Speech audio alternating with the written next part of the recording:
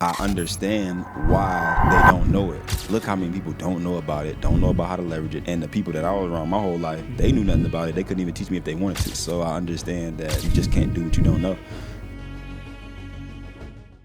Hey everyone, welcome to the Shane Seo podcast. Today I have a very special guest. He's a 7-figure entrepreneur here in Atlanta, Georgia, and he's an expert in credit and business funding. He's built one of the most successful school communities of all time. And I'm excited about learning more about that. Creditpreneur group helping thousands of entrepreneurs build credit and start their own business. His name is Kenneth Smith, aka Smitty the Goat. I like that. Yes, sir. Man, thanks for being here. Yes, sir. Nice to meet you, man. Nice to meet All right, you. so tell me about the nickname. Yeah, it's just my last name. So my last name is Smith. Yeah. And when I first started, that I knew that I was going to do like the internet stuff, I'm like, all right, I got to come with something cool that someone can call me by if they were to like be on the internet and just pass by my social media. It's just my first and last name is like, it's cool. But like I wanted somebody. So I just thought of like 2 or 3 names and I decided one and I just went with that one. Nothing too deep to it. It was just my last name, Smith. No, I love that. So they said that you told me before we started, you've been in it about 4 years with credit. So how did you get into this? Yeah.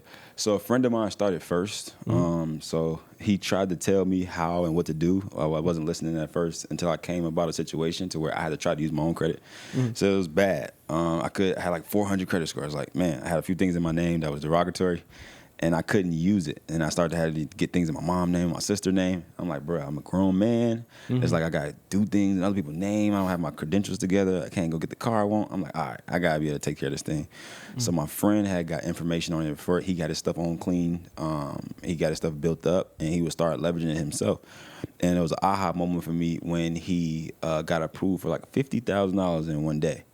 So I was trying to save up $50,000 for so long and was never able to do it. But he was able to get approved for $50,000 in one day.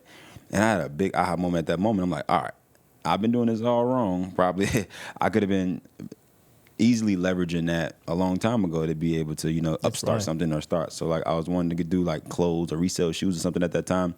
And I couldn't come up with the money to be able to buy the inventory I wanted to be able to start it up. So I was never able to start it. But when I learned about that, I was like, okay, maybe this could be the route I can use to be able to start, to be able to grow something I want to start. I didn't have the funds, so I had to be able to leverage other people's money to do it. And once he showed me that, I went into like a learning binge, man. I just need to know everything about it. How did it happen? How do we do this? How do we set it up? How do we structure it? How do we everything about it? So I went in like a 6-month learning binge, man. And I just wanted to master and learn everything about it from the beginning to the end of it. Man, so was you focusing real heavy on personal credit first and then went to business, or were you doing both at the same time at that time? So it was both. It was like credit repair. It was cleaning your credit, and then it was building it, and then it was the funding part. So I started with the credit repair part first. I wanted to learn everything about how do I repair my own credit, how do I fix it, how do I clean it up to where I can get it to a point where I have a good credit score for once. And then so I had to learn that process first. How do I dispute things? How do I take things off our credit report? How do I clean these things up that I once did bad on and be able to now put myself in a position to build it to get some personal funding or personal credit to be good and things like that. Are you surprised at how many people really don't have any education on credit? 50-50. 50-50 because I knew when I didn't know about it, what I was thinking and what world I was in. And where I come from in Chicago, nobody never taught us this stuff. So I understand why they don't know it, but it still was 50-50 of shocking of, wow, look how many people don't know about it, don't know about how to leverage it, don't know about how to clean it, don't know how to build it, get it clean. Get it prepared to be able to use it and leverage it. It's just so crazy. But I understand it from the other side perspective of I was in that realm of thinking too, or not educated on it, not taught it, not around it, know nothing about it. And the people that I was around my whole life, they knew nothing about it. They couldn't even teach me if they wanted to. So I understand that you just can't do what you don't know. And so I seen both sides. Oh my goodness! So can you tell the people at home what's a perfect credit score and what's like the worst credit score you've ever seen personally? Yeah, I think I almost believe I seen like a 390 or something. It's like a 390 something, like a 400 flat, something like that. It was very low. And you said what's a perfect credit report? Yeah, what's a perfect credit score for those that don't know at home? So I like to look at it as a perfect credit report versus score. The score doesn't matter that much to me anymore. It's about how do we build out our credit profile in order to be ready for the banks. So I typically tell people 7 to 10 accounts primarily. So these are things that are in your name that you're paying on time every month. You want to have low utilization. So the banks tell you under 30%. Me personally, my strategy is stay under 10% of your utilization of your credit cards on your personal side. I like to have low hard inquiries, no negative items, no late payments, no derogatory marks, no bankruptcies, no repos, none of those negative derogatory things that can hold your credit score back. And once you meet those pretty much standards, and the last thing I would say is probably have 2 credit cards for at least $2,500 to $5,000 limits on them, so that you can have a nice foundational report, so that when you do go look for funding or you do go look for approvals, you're meeting all the requirements that they're looking for from the beginning. Yeah, I can tell you're nerdy about this, man. I love it. That is awesome. All right, so you got to slow down for something else. Okay, so you said that you got to need 7 to 12 types of account. Do you need to have like 7 to 12 credit cards, or does it need to be a mix? Yeah, so it definitely needs to be a mix. I'd rather you have like an installment loan, maybe like a small jewelry place loan or something like that, an auto loan. Then credit cards are, some of the type of accounts we like to use too that are cool. We like to use rent reporters. So we can be able to get our rent reported to our credit report and backdate it for a few years. I didn't know you could backdate it, man. Yeah, you can backdate it for years. So now you can be able to establish a primary account on your profile, and it's backdated for all the time you were paying it on time. We can be able to establish that on some of the accounts. That's like one of the strong, good ones. Another one that we like to use is like secure loans. Secure loan, okay. Yeah, with certain credit unions that allow you to put your own money up to be able to create an installment loan that you got to pay back with your own money, but then you establish that on your credit report. So basically, that'd be like putting $5,000 in the bank account, and then give you a loan for $5,000. Basically, Yep. So we'll put $5,000 in the bank account. One of the best banks I like to go to is Navy Federal. Navy Federal? Yeah, Navy Federal is credit union is very lenient when it comes to these. You put $5,000 in your savings, they'll give you a loan for $5,000. Now, this is a trick we like to do with it. We'll take the $5,000 that they give us, and we'll pay them off 90%.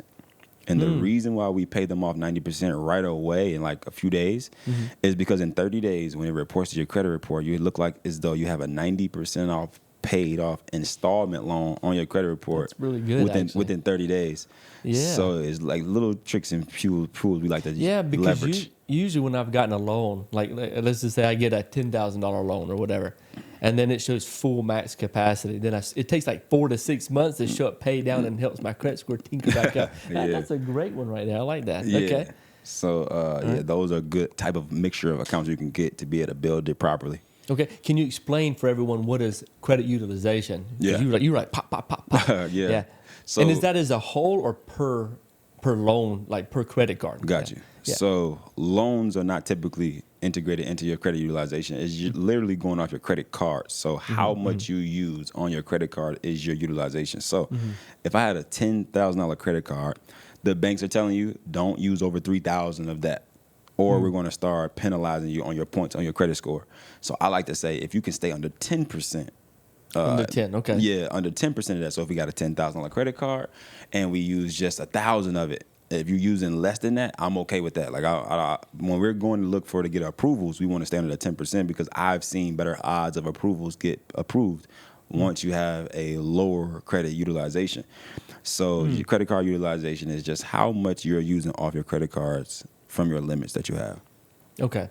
Yeah.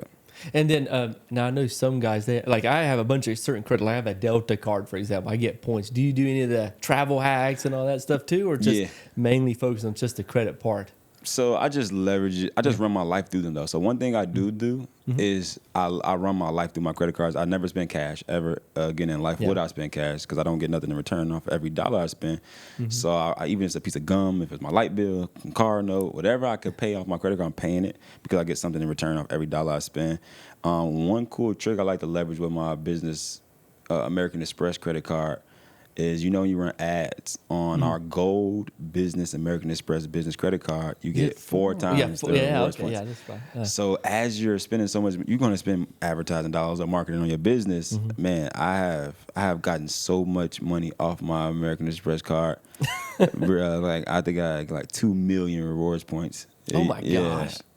Just Do you travel on that and stuff? Yeah, I travel on that. Or do you So kind of hoard it? Because I don't know, I both. like to collect It depends. Yeah, it depends. Yeah. But I do leverage to travel for free the whole year. Anywhere I want to go, I can be able to travel for free, or hotels I stay at, I travel for free as well. So that's cool. Sometimes I leverage it to do other things, maybe some liabilities that I want to buy. I'll leverage my rewards points to be able to get them versus my income. You know? That's cool. So you get into all the lounges and cool stuff like that. 100%. Yeah.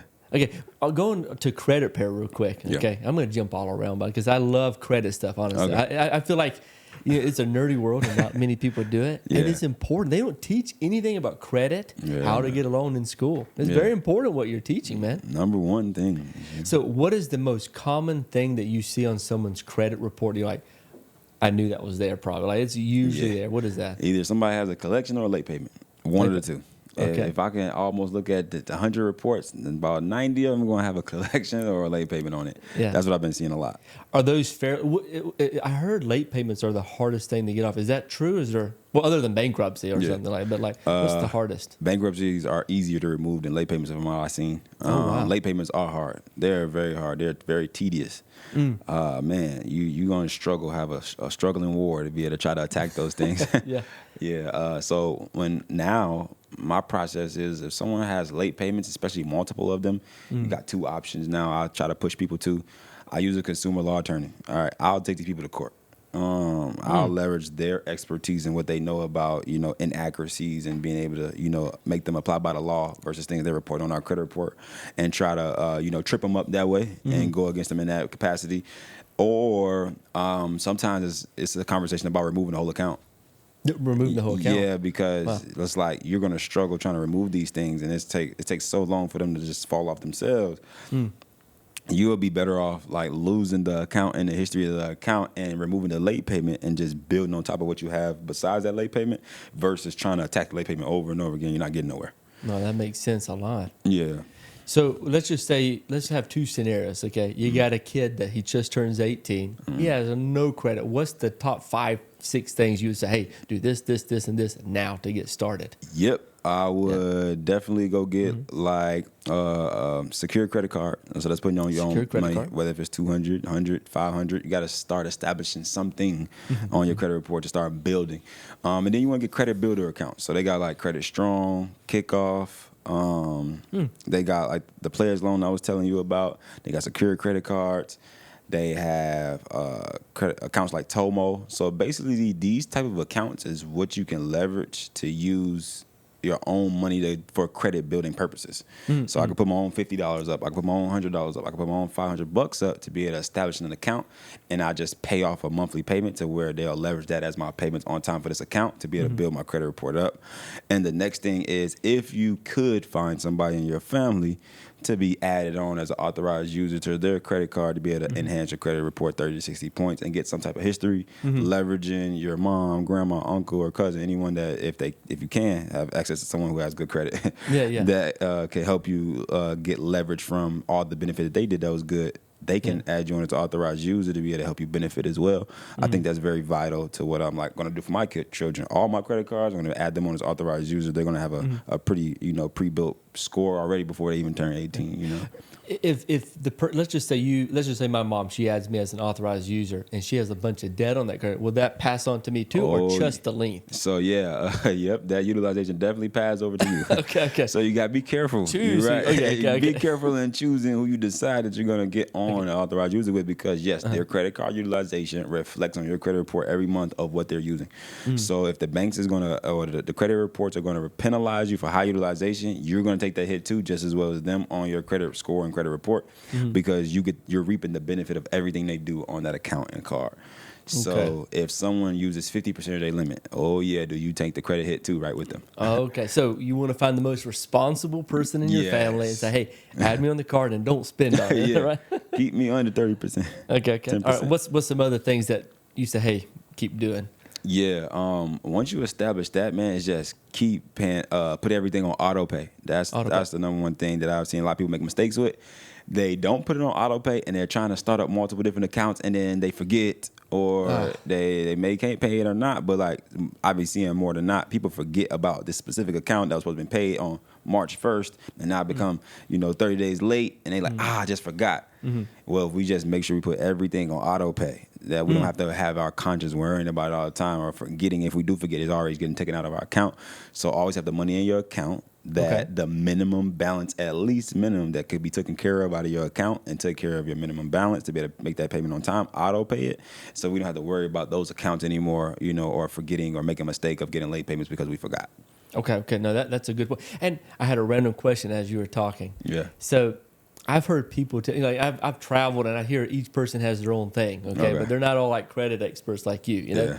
So I've heard some people say, "Hey Shane, don't pay your credit card all the way off. Leave like a little bit on it, or should I pay it all the way off?" I've always been curious about that. Yeah, I'm with them on leave a little balance. So if you have a $10,000 balance, you should leave like what, $100? Yeah, I'll leave like $40, $50 on there. That's okay. Yeah, but you don't have to leave leave right at 7%. Nah, there's no dollar amount. That doesn't matter. But like a small amount, I do leave small balances. You do? I don't want the bank to feel like I'm not using what they gave me at all. You know what I mean? So make it feel like I'm not useful the limit that they gave me. But I definitely pay things off often. When I use my credit cards, I pay right back off sometimes. I use my credit card, I pay it off with the money in my bank account. I use it like that a lot, but I definitely leave small balances on there. Okay. All right. Yeah. So you want to make sure they use those starter cards that you talked about, authorized user, and make sure they at least make the payments. All right, now, what's some other things that a new person building their credit needs to know? Yeah. So or is that really the good start right there? That's really the core of what they need to do.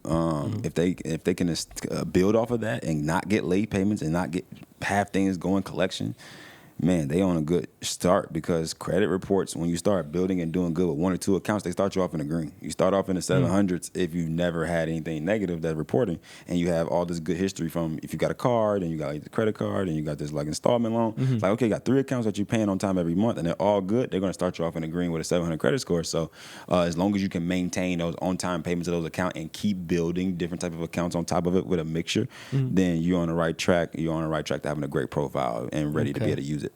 Man, I love this. I love nerding out with people like you, and this is awesome. Okay. Yeah. All right, now the hard one. So let's just say you got that young kid. He's probably 20 years old.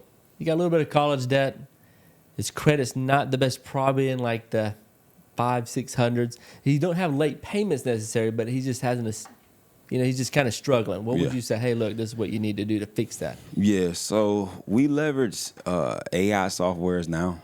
So technology is so crazy now. We leverage what's called Metro 2 AI generated softwares to where they will do the drafting of the disputing for us. So within clicks of a button, the software I use is m2goatrepairs.com. It's actually my own software. Oh, wow. So we have a software under our company now. But leveraging the AI has been very dope for us, because the AI technology knows all the laws that the companies need to apply by, that if they find, discrepancies or mistakes within what the companies have done on your credit report, which a lot of us have, they can attack them based upon that. So they will look at, basically, you can put your credit report within the software. The software can read what's negatively affecting you, and then it can draft a whole, Metro 2 AI systemized letter to be able to send into dispute, to be able to now attack those negative items on your behalf. That's amazing. Yeah. So what made you get into software? Like, how did you stumble into that AI? So learning, man. One of my brothers started the industry first, and in the software part of it.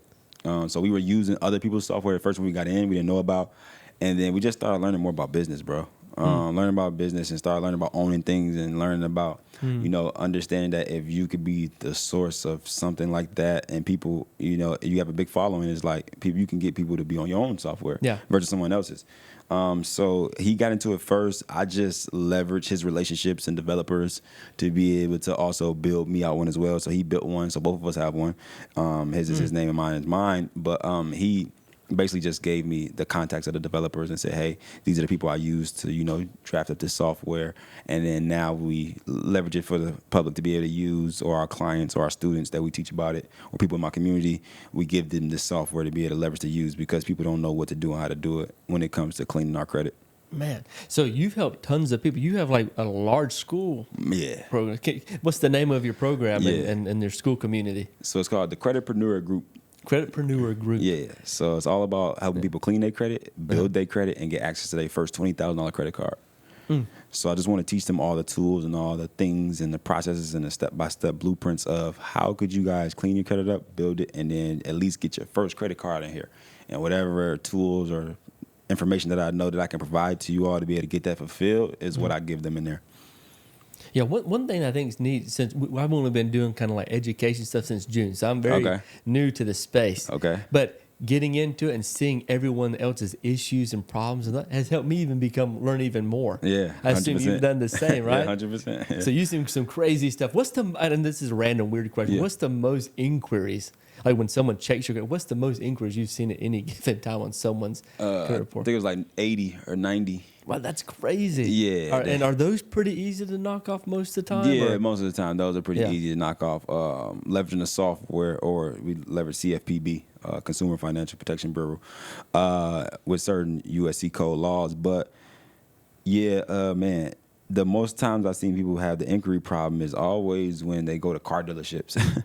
The car dealerships, yo, they be smoking these people credit reports, bro. Yeah, they had like It's 13 terrible. at a time on there and stuff. Yeah. So if I go to a car dealership tomorrow and I want to, I do want to get financing. What is there something I need to say to them? Hey, run it once Gotcha. or check one bank, or what would you recommend?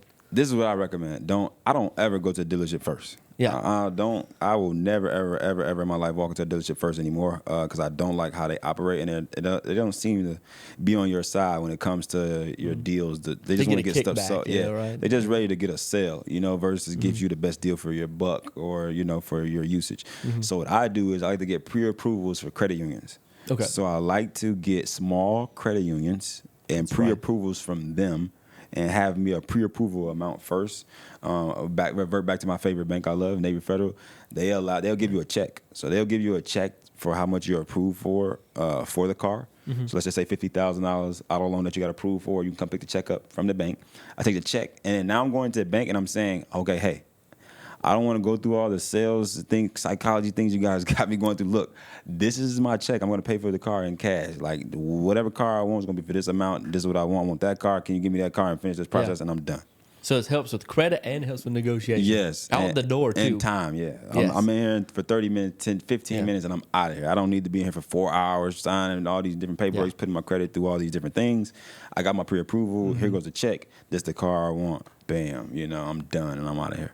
Yeah, those car dealerships, I think one of their strategies is to make you stay so long. It's stressful. Just to make you stay invested. And they hit your credit 1,000 times and they upcharge you. Yeah, so That's credit union, they only pull it one time. Huh? Credit union only going to pull it one time. Just one time. Yeah. So. Do you believe in locking your credit and freezing your credit when you're not using it? Yeah. Oh, yeah. Oh, these people out here will get you. Yeah. What's the best way to freeze them? Yeah. So you can go on your credit bureau sites. So the Experian app, TransUnion app, Equifax app. There always are buttons that you can go press on those apps or logins to where you can just lock it to where if anybody ever try to pulls it, it's unpullable. Or they would alert you first and ask you, did you pull this, yes or no? Then you confirm if you did or didn't, so you're protected. Yeah. Right. So are you more excited about personal credit or business credit? Is there one that you love more? Yeah. I'm a business funding and business credit guy now. Yeah. After I learned and started educating myself more and got deeper into it and started interacting with more high-level entrepreneurs and people of why they do it, I love the business side now. Okay, the business side. Yeah, 100%. Should you get cards first on your personal or then go to business? Or is it good to kind of, hey, I'm going to do one here, one there, one here, one there? You definitely should get stuff on your personal first because you want to establish some type of foundation over there first to give them like a sneak peek of what they'll give you on the business side. So typically I've seen people get approved for 2 to 3 times higher limits on the business side than that you have on the personal side. So the higher and better limits that you have on the personal side, the better odds of you being able to get it approved for higher limits on the business side. So why not have that in place first? No, that makes sense. And the cool thing I like about business credit is if you do hold a balance above 30%, it don't hurt your personal credit score. I love it. Yeah. Right? That's the benefit. That's one of the top benefits when it comes to leveraging business credit cards and things like that. It's one number one. Now here's one thing I've always been. What's the difference between an EIN number and the DUNS number? Or do you need the DUNS number, or do you just keep the EIN number? Yeah, so you need both. The DUNS number is where you can have things on your business side that need to be reported. So it needs to be reported somewhere that you can be able to go log in and be able to see. So your DUNS number is where a lot of your business credit reporting things happen, and where you can go see and view and check your business credit profile report and things that are all reported to Duns and Bradstreet. So I believe you got to have both, but we don't typically use the DUNS that much on anything. It's kind of funny and weird. But you want it, right? But you want it established because when it comes to your information aligning across all platforms, when it comes to getting approved for things, you want that to be established so that you're in alignment with when you get approvals, all your information is aligned across all platforms of which you establish your business on. At what point do you do credit lines too? At what point do you go for credit lines instead of just credit cards on the business side? So people need to now have documentation now. So the reason why I focus on business credit cards first is because we get business credit cards with no documentation, no paycheck stubs, no bank statements, no tax returns with business credit cards. When we transition into the lines of credits and the business loans, now they're going to ask for P&L, they're going to ask for 2-year tax returns, they're going to ask for sometimes personal tax returns. And you never know what they'll ask for when you ask for business loans and business lines of credits. So I typically teach the foundational things. Let's go business credit cards first so that you can get your first round of funding for your business without no documentation. And when you get a little more vetted in business and you had it open for 2 years and you've been able to actually file your tax returns properly, like you're supposed to, then we'll leverage that to be able to get business lines of credit if needed or business loans. Yeah. Can you explain to everyone at home the difference between a credit card and a charge card? Yeah, 100%. Because a lot of people, I realize a lot of people say, I like that credit card. I said, that's a charge card, right? It's a difference, right? Yeah. Can you explain that? Yeah, so the American Express business credit card that I have is a charge card, meaning you have to pay it back within a 30-day time frame, the full balance. So it depends on what strategy you're using on investing the money that you're leveraging for your business credit cards. Do you want to not use those cards or use those cards? So the charge card make you pay it back, the full balance within like 30 days. Sometimes they let you extend to 60 days, but most of the time it's like 30 days, pay it back in full, whatever you spent.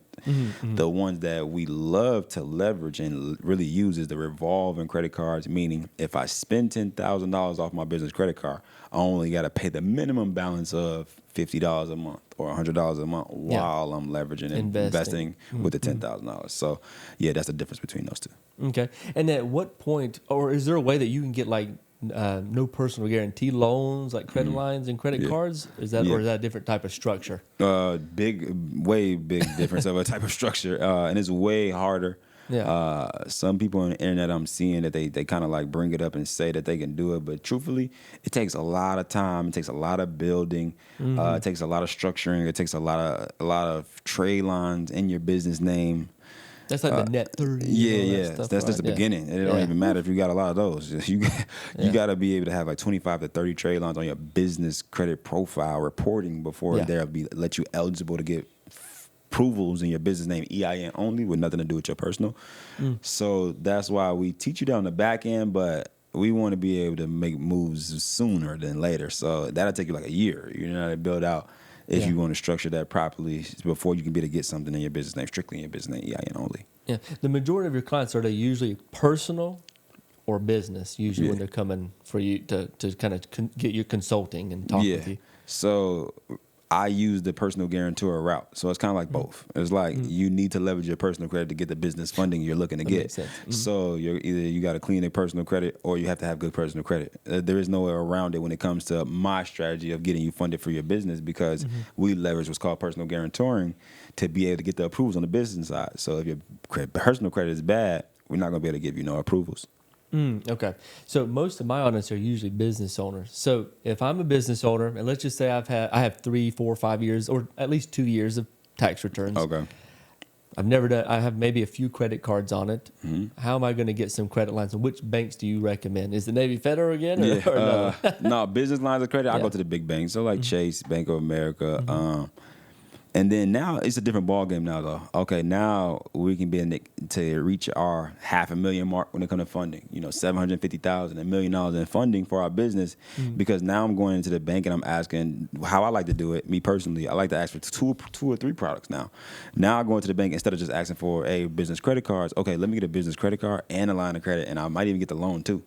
Depending upon what I need if I need access to this amount of capital or not. Yeah. It gets it gets very lucrative now and fun because now lines of credit are approving you for 2 times, sometimes like 2 times more than what a personal credit card approving you for. So you're getting 50s and 70s and $100,000 for lines of credits now that you can be able to get along with probably a $25,000 credit card. Depending upon how big that is, $25,000 to $30,000 credit card, and combined now we're just coming out of one bank with $100,000 to be able to leverage and use. Will they run your credit once if they do that, or do they hit it each time, like bing, bing, bing? Yeah, so some credit cards that you get from certain banks will allow it to be one time. So I know some do allow you to do multiple products with one inquiry pool, but some will pull your credit card multiple times if you were to get credit cards and lines of credit and loans and stuff like that. So it depends upon the bank. I know some...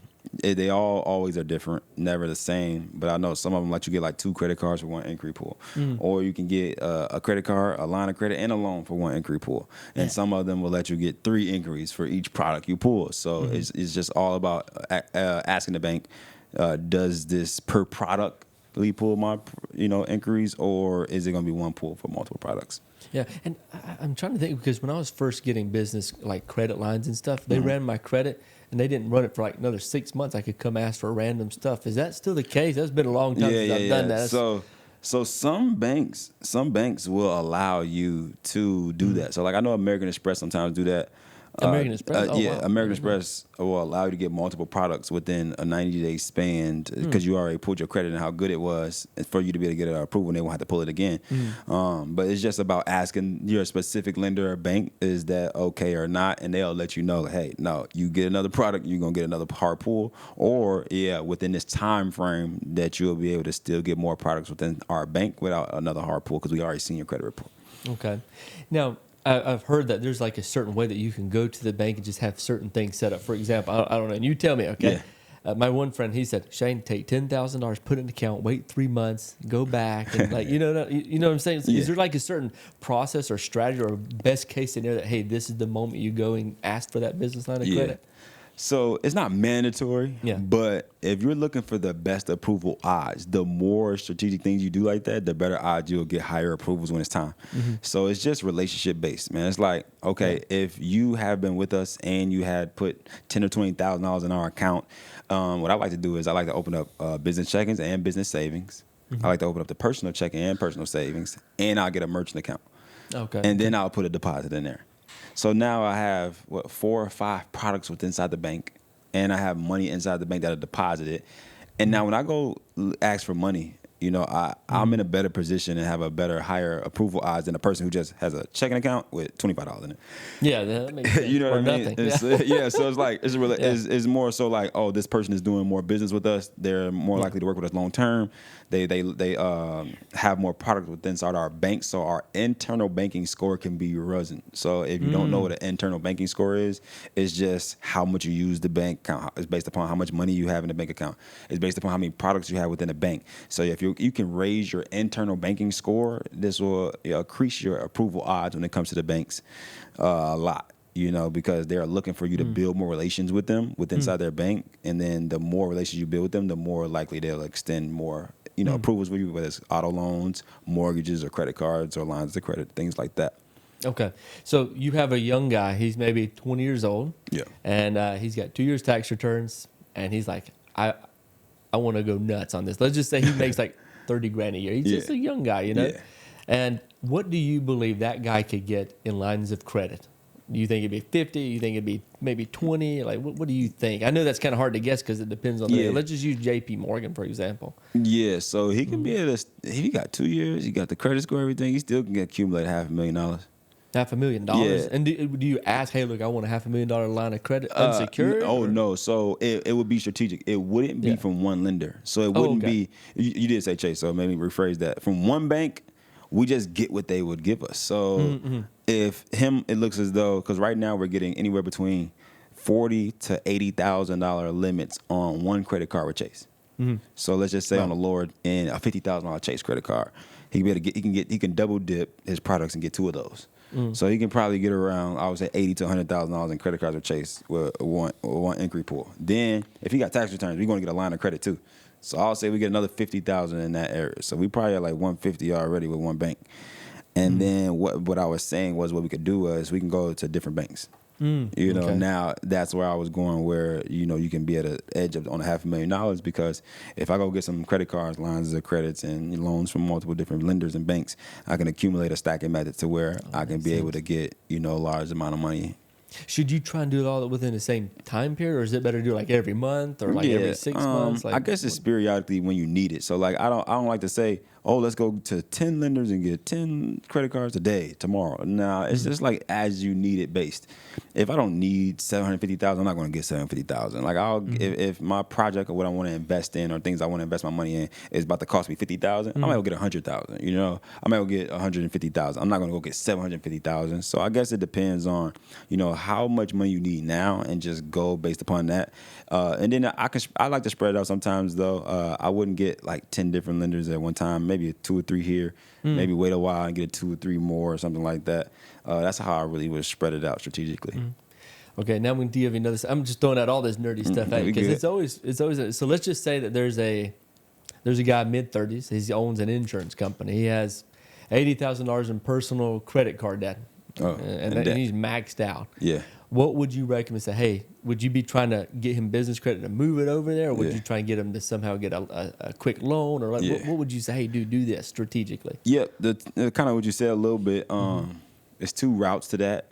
We could build his business credit up strong enough to where the approvals could get up enough to where he can offset that amount to liquidate off the business side and pay off the personal side. Or we like to get what's called subprime lenders or fintech companies. Sometimes we can get it based upon how much money you make. So let's just say we make $10,000, $20,000, $30,000 a month on revenue in our business bank account. We could be able to get lending off of that, which will probably be high interest, but we can be able to leverage it off the loan to be able to pay off the credit cards, to be able to now offset that utilization for our credit score to go back up. And what I like to do is, if my credit score go back up, I'll get the business credit money, liquidate the money off the business credit side, and then pay off the personal loan now.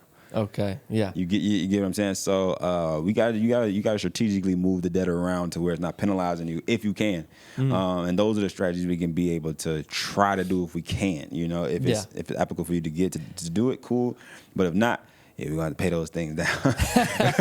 That's the hard part too. Yeah, it's hard. But it is easier to sit on that business EIN number than your personal. 100%. Yeah. So. How do you? I've heard about people liquidating credit cards.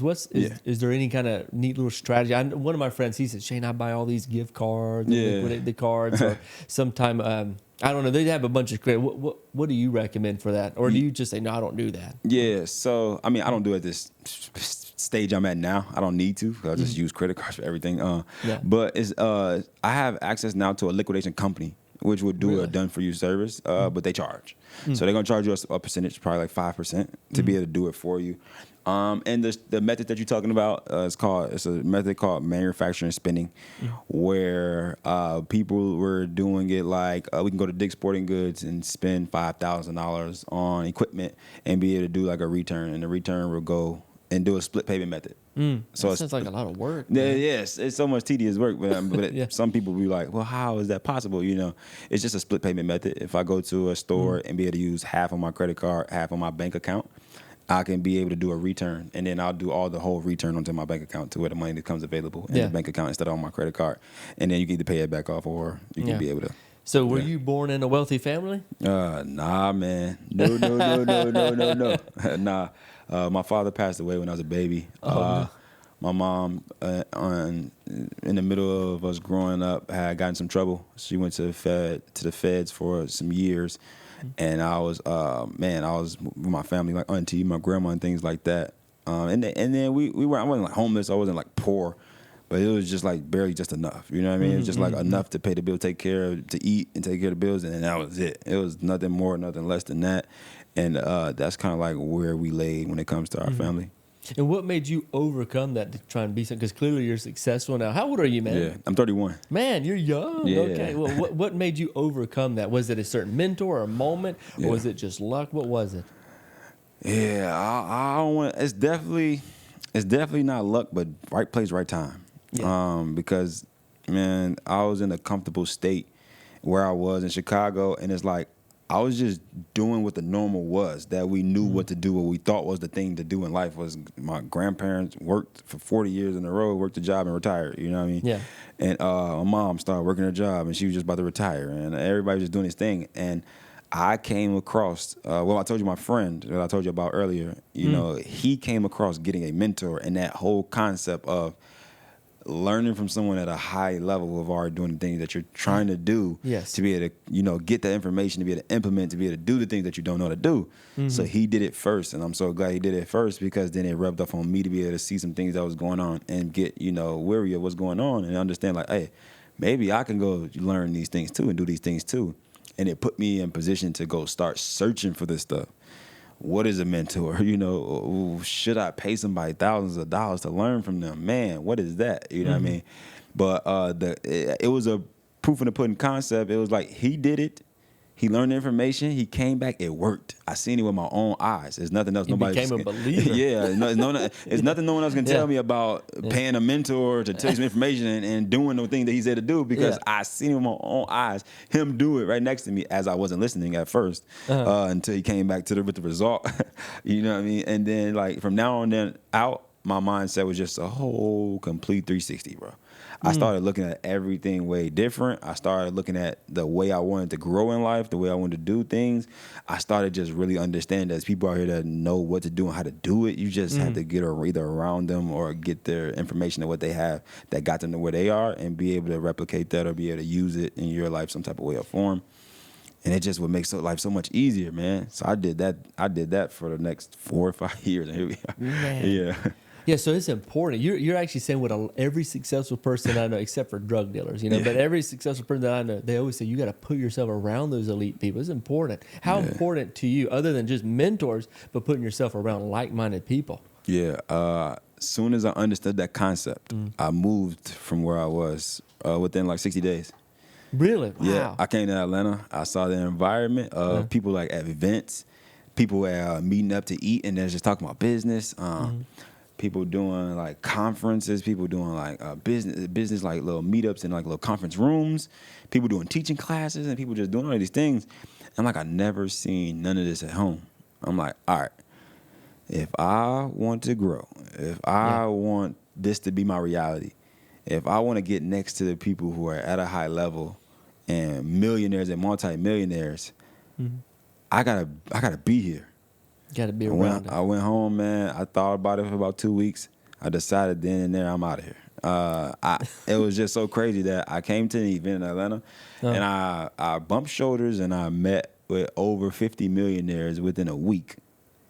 And wow. And 1 week I met bumped shoulders, either shook hands or seen them at the event. Could have you know communicated with them. In 1 week, and at home, out of 26 years of my life, I met 0. So it's like, this doesn't make sense to stay here. Yeah. I'm about to go out there where all the millionaires at, and I'm about to get around the proximity so I can be able to have them rub off on me. Yeah. You know, and learn from them and build relationships and start just, you know, trying to grow. I was going to ask you, but I think you just answered. What would be the number one thing you would tell yourself? You go back and tell your 20-year-old self. Would it be get out and be around these people? It would be start learning fast to get a mentor. Yeah. And then the environment. Yeah. How much have you spent on mentors? Yeah, I think I'm about like $200,000 in on consulting, mentoring, and coaching, and courses, books, all those things. And what do your friends think of that? Saying you spent $200,000 on mentors? Do they think you got scammed or something? You're like, man, you have no idea, right? Yeah. So at first it was like a weird eye to it. It's like, I don't know about this, paying people $5,000, $10,000, $15,000, $20,000 for some information, man. They're not gonna give you like a car. Yeah. You know what I mean? It's like from information and yeah, I believed it right when I seen it from that first time with that story. I said I was willing to pay. Like I was willing to pay the price for whatever information that I needed to have. I was willing to pay it from then on. Now a lot of people still don't understand it. A lot of people still are stuck in the mind frame of not understanding why they need to do it, why would they pay so much? You know, what's the purpose of keep doing it over and over and over again? They're still stuck in a mindset of they don't know or why they should or sacrifice to be able to invest in themselves. They won't. Most people won't even invest $1,000 in it. And I'm like, man, listen. Even if you only make, if you take information and make like you made millions of dollars now. Yeah. It doesn't matter if you paid 1,000 or 100,000 or 200,000 like you did. I think the ROI was there. I think just some people have this mentality that they hate gurus online or not all of them are right. I get that, but like a lot of them are. They're legit. But a lot of people say they're scams. They're not real. But I got most of my best education, better than I learned anything in school from them guys. Yeah. It's crazy. I'm with you, man. Do you have any haters like, you're charging me? You have that stuff? Yeah, I got a lot of it. I get the same hackles of, you shouldn't be charging for information, or you're charging too high, or, man, if you're a millionaire now, you should just do this stuff for free, man. Why would you continue to charge people? I get it all the time. Yeah, I'm used to it now. But it takes time. I mean, you spent clearly a lot of money, a lot of time, and you're saving them years of time and putting it into a little bit of time. Yeah. Right? So I try to reframe the mindset of those people as much as I can, but I don't go too far into it now. Like I'm so deep into it. It's like if you get it, you get it. You don't, you don't. I can try to, give you the push out there to get the mindset shift. But if you don't catch it, man. We got stuff to do over here, man. The people that want to ride with us, we're gonna ride with us, and we're gonna keep moving. So outside of that, then what kind of stuff do you invest in? So when you got business funding, what was the kind of stuff that you started investing then, and what are you investing in now? Yeah, so I have invested into my business and my personal brand a lot in marketing. That was my first stage of trying to invest my money to make me more money was personal branding and marketing. I figured, if I have an offer now, if I can start paying for marketing, advertisement, getting in front of more people, building my following, building people to know who I am, if I can put more money into that, I can be able to grow that part of my business when it comes to my scaling my offers. Yeah.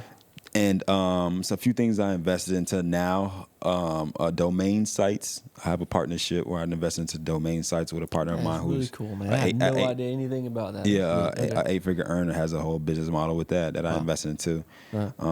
We get a pretty good return off that as of now. I'm also a part owner in a 104-unit apartment complex in Louisiana now. In Louisiana? What part of Louisiana? It's the suburb of it. So I forgot the exact city, but it's not far from the biggest city. Okay. Yep. And then good suburbs area is better, I think. Yeah. Yeah. And then so a part owner in that. And then my main focus has been information, man. Information. Information and marketing and advertising has been my main source of investing into myself and my business. And getting those points, right? Yeah. Mentorship, man, investing into advertisement and marketing has been my go-to. Yeah. So I'm new to personal branding. That's why I've been seeking out mentors on that. And I'm new to it. Like I was saying here, I'm new to this podcast stuff. Cool, man. How important to you has personal branding been? Like what has it changed for you, just the fact that you've been doing it so long? This has been my number one way that I've been able to grow my business. I understood early from one of my mentors that if don't no one know you, they can't flow you. So I like that. So it's impossible for somebody to pay you if they don't know you. So what do you have to do in order for more people to know who you are, or at least who your brand is, or how do you get in front of more people to get more eyeballs on your thing or your offer or your products to be able to sell it more, And I loved that concept. I'm like, well, that makes sense.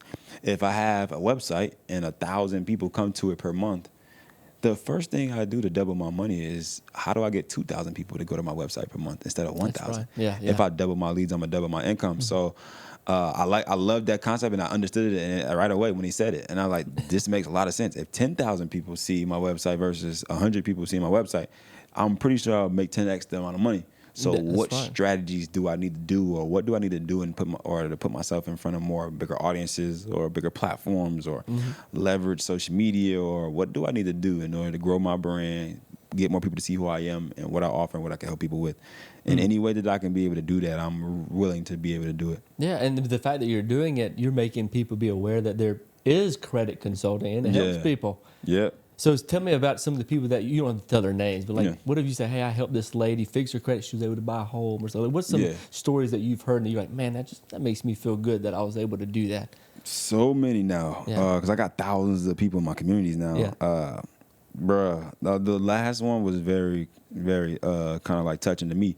It was this mother who has 5 kids. She had a car that broke down. She was like trying to figure out like, how am I about to take care of 5 kids and a single mother and get to work and do the things I need to do, or take them to daycare, or take them to people that's going to help me watch them and my family members and things like that. And the car that I have won't start and it's broken down. I have to I don't have the cash in order to get $1,000 car, or like a $3,000 car, or a reliable car for my kids. First off, I got 5 kids, Yeah. but then also for my work and the things I need, errands I needed to do, all the things I need to do. And she came to my group, man, and she used one of the methods. She was able to get her credit score up to 700, and just like, it wasn't really big. It was just like, I got a car she had got a car. It was a big like 8-seater or something like that, with no money down. Wow. You know, that she can afford. And then now she was just like so happy. She was just like, and it's not like she's about to make $1 million and big success story, but it was just like something that small that she didn't understand that what did she need to do with her credit in order to go in a credit union to be able to get the approval that she was looking for, to be able to get her a reliable car that she can just drive every day to get to work without breaking down, or not starting, and take care of her family. And it's like, that one was cool for me. I was like, you know, it's not even, I got some big stories of people doing some big stuff, but like that one was like more important than even like people making $100,000 in a month leveraging stuff. It was like, dang, just like that piece of information that she got, man, it just changed a lot for her. Now, and now she don't have to be she was saying she's like on the side of the road and stuff sometimes with 5 kids in the car, car breaking down, and she can't get approved for cars. She can't, so like, that was something that just like was powerful of her to just to understand what to do. She just didn't know what to do. So like me telling her what to do, her actually implementing it and doing it, being able to get a car with no money down, she was just so happy, bro. It was only like a $30,000 car, but she was just so happy, man. She just like, I'm just fulfilled. I'm good. That's all I really just wanted. You know what I mean? So that was dope. Man. All right. So now I want to know a little bit about you. So what did you do when you were younger for work? Like, did you work at Chick-fil-A, for example? Like my buddy over there, he worked at Chick-fil-A. How long did you work there, Austin? 4 years. Did you work 4 years at Chick-fil-A or anything like that? he should know some good customer service though. He does. So for his business. He says my pleasure. Yeah. So I was playing basketball in high school. I tried to go the basketball route. I thought I was gonna be a basketball star in the NBA and all tall, this stuff. Man. Yeah, that wasn't it. I wasn't good enough to get to the NBA. I thought I was at first, but nah. So that dream ended fast.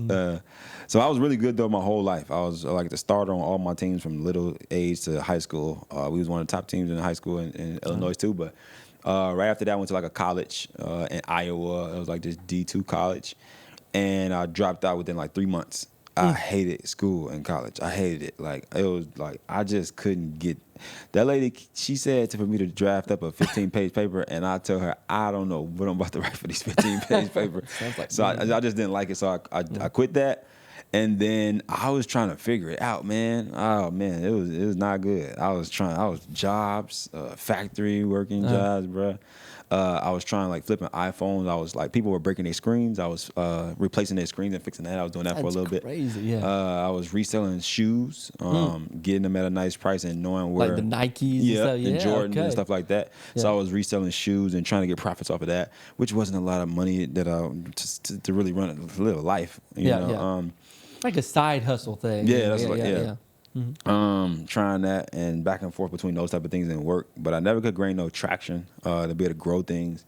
I was always like a make the money and just pay bills type of thing. It was just like a recycle of just, man, make the money, pay bills. I'm just at this point just working to pay bills, and I was like, man, I had to get out of that cycle. Sheesh, you know, I always quit every job I did because I just couldn't do it, man. I couldn't, these 8-hour shifts and stuff like that, bro. Tough. It was very tough, and I just mentally couldn't do it. And like, I just didn't want to do this stuff. My knees and back hurting. I'm like, all right, I got to figure out something, man. And just luckily my friend had got exposed to the information that he got exposed to, that he can be able to come back and teach me it so that I can do my, what's called like my binge learning session for like I think I did like a 6-month learning binge of a lock-in, meaning like I don't no outside, no traveling, no spending money, no going outside, no TV, no gossiping on the phone. No, And you got discipline. No, yeah, I went to a deep discipline mode to where I was only one to learn, and only wanted to implement what I learned. That's it. Like every day,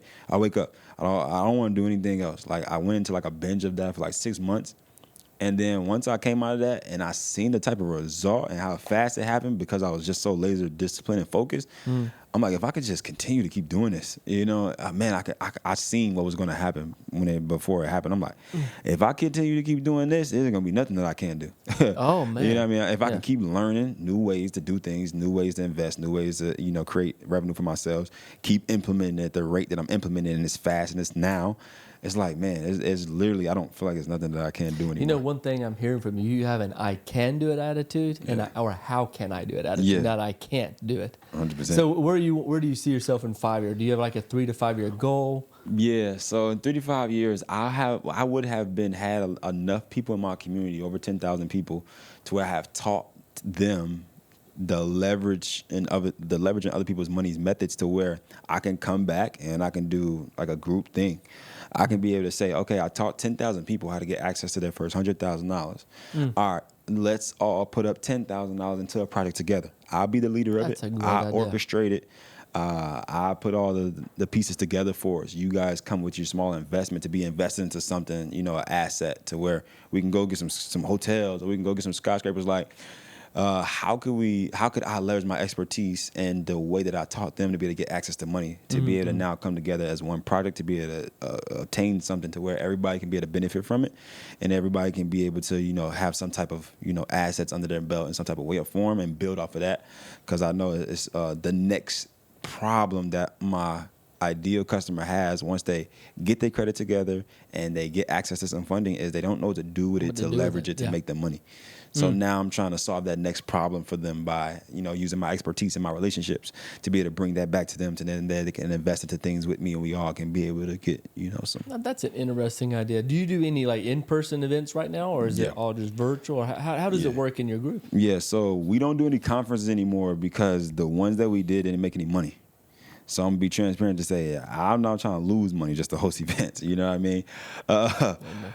So I didn't like it, to be honest. I had to change my model. So I did a lot of online stuff. So the only time we host in-person events is if you are in my higher tier programs. If you are in my inner circle or my higher tier programs, then we will host in-person events with you guys, which is mastermind sessions, because you paid to get that access. But other than that, I'm not too fond of events until I can figure out the best strategy to where it makes sense for me and the people coming. Yeah. And, both of us, instead of me just losing money trying to host a big event and make it cool and make it exciting and make the, experience dope for everyone without taking a big loss at the end of every event. They know. We held one in December, a real estate one. Oh, yeah. And I was like, man, we're down $100,000. And here I am trying to make myself, which we enjoyed it. We had great people. Honestly, great attendees, great speakers. But 100%. I said, it's not a loss, it's an investment. Because 100%. Here's the idea. We'll have future partners. Yeah, We've already made some deals with some of the people. For sure. But I'd like to at least break even. At least. At least if I would take that. And it's a lot of work too. It is. It's kind of stressful. I got gray hair because of that. Oh man, orchestrating the event and making sure it's on time, making sure all that thing, the website, man. Yeah. So at least minimum, at least break even. Well, you come to our event May 30th, okay, and come hang out. Okay, and stuff. I love going to and the events. I'll lose the money. Yeah, you come to it. Hey, all right, cool. I like that one better. I'll even pay you to go do that because now I got to worry about all that stressful things and losing a lot of money. Yeah. But until I know it's strategies to what we can do to make it make sense for our business to be able to run events. I just have to learn more. That's all. I just have to learn the strategies of what people are using to be able to make it make sense for everyone that's a part of this. But right now I gotta wait because I kept taking L's, and I want to do it because I was loving the people in person and experience, and I'm seeing other people doing it. It look cool and it look good, and everybody should be doing it, and everybody should be in person and stuff like that. And then I took the 2 L's. I'm like, wait a minute, this is not. My charge card is holding a balance. I'm just kidding. I was like, let me hold off on that until I understand the right structure of what we should be able to host it and be able to make it make sense. Did you have a ton of speakers when y'all did y'all's event and everything? Like 8 to 10 speakers or stuff like that. How many attendees were you shooting for? We shot for just 200-300 in Atlanta. Yeah. I think my first one at home was like 100 and something. My second one was like 200 and something. And you still lose. And then I still lose. I was like, oh no. Nope. Yeah. I gotta hold off on this. I'm not gonna continue to keep doing this. I gotta wait. Yeah. So yeah, I host virtual classes and things like that, and virtual events. So But the passionate part, and also you probably have people, I assume, all over the country. They Yeah. can't just fly in because even if it's a $90 ticket, it's going to cost them $1,000, 100%. hotel, this, that. So you do a lot of your stuff online. Yeah. Then your inner circle come in person, Yeah. have that event, and then you don't have to spend a lot on some big, huge conference. You can actually give more value to them in person. 100%, really intimate, and it's really helpful to them to directly just talk to me in an intimate setting, Yeah. and multiple times for the price point they pay, of course. Yes, yeah. Yeah. All right, so tell everyone, where can they find you online? Do you have a YouTube channel, Yep. Instagram? So all platforms. I got TikTok, YouTube, Facebook, Instagram. It's all Smitty the Goat. So _ SMITTY the Goat, and on YouTube and Instagram they all just spelled the same, Smitty the Goat. I create content around the things that I'm talking about today every day, man. Every day you will see me show up on social media, giving content, giving value, or promoting, or doing whatever I'm going to do. But every day you're going to see me. So whenever you're looking to like find anything or the information that I'm putting out and talking about on the pod, you can be able to find it within my content as well. Absolutely. And a lot of people do not understand the power of credit. They don't learn it, like I said, in school. Yeah. Honestly, mom and dad don't usually teach us. Nope. So it's just neat that you're actually doing this, man. I appreciate it. Thanks for being on the show today. Yeah, man, you guys make dope. sure to check them out, follow them, and they're going to all see you at our conference too. 100%. You'll be one of our VIP people. When you said May? May 30th. May 30th, what's the event around? Real estate? Well, no, it's general business. Oh, Our general real business. estate one's in December, and then Dope. this one's going to be, it'll probably still about 40% business, though. Nice. We have some cool people. Do you know Ben Mala? He's a real estate. He'll be there. We have nope. some other guys who are going to be there, too, but it'll be fun. Nah, man, I'm always for events, bro. I love events. Well, awesome, Yeah. man. Well, thanks for being on Yeah. the show, man. I Give thank me you. a I appreciate handshake you. there. Thank you. I appreciate it, man. I appreciate you guys having me. All right, see ya. Yeah.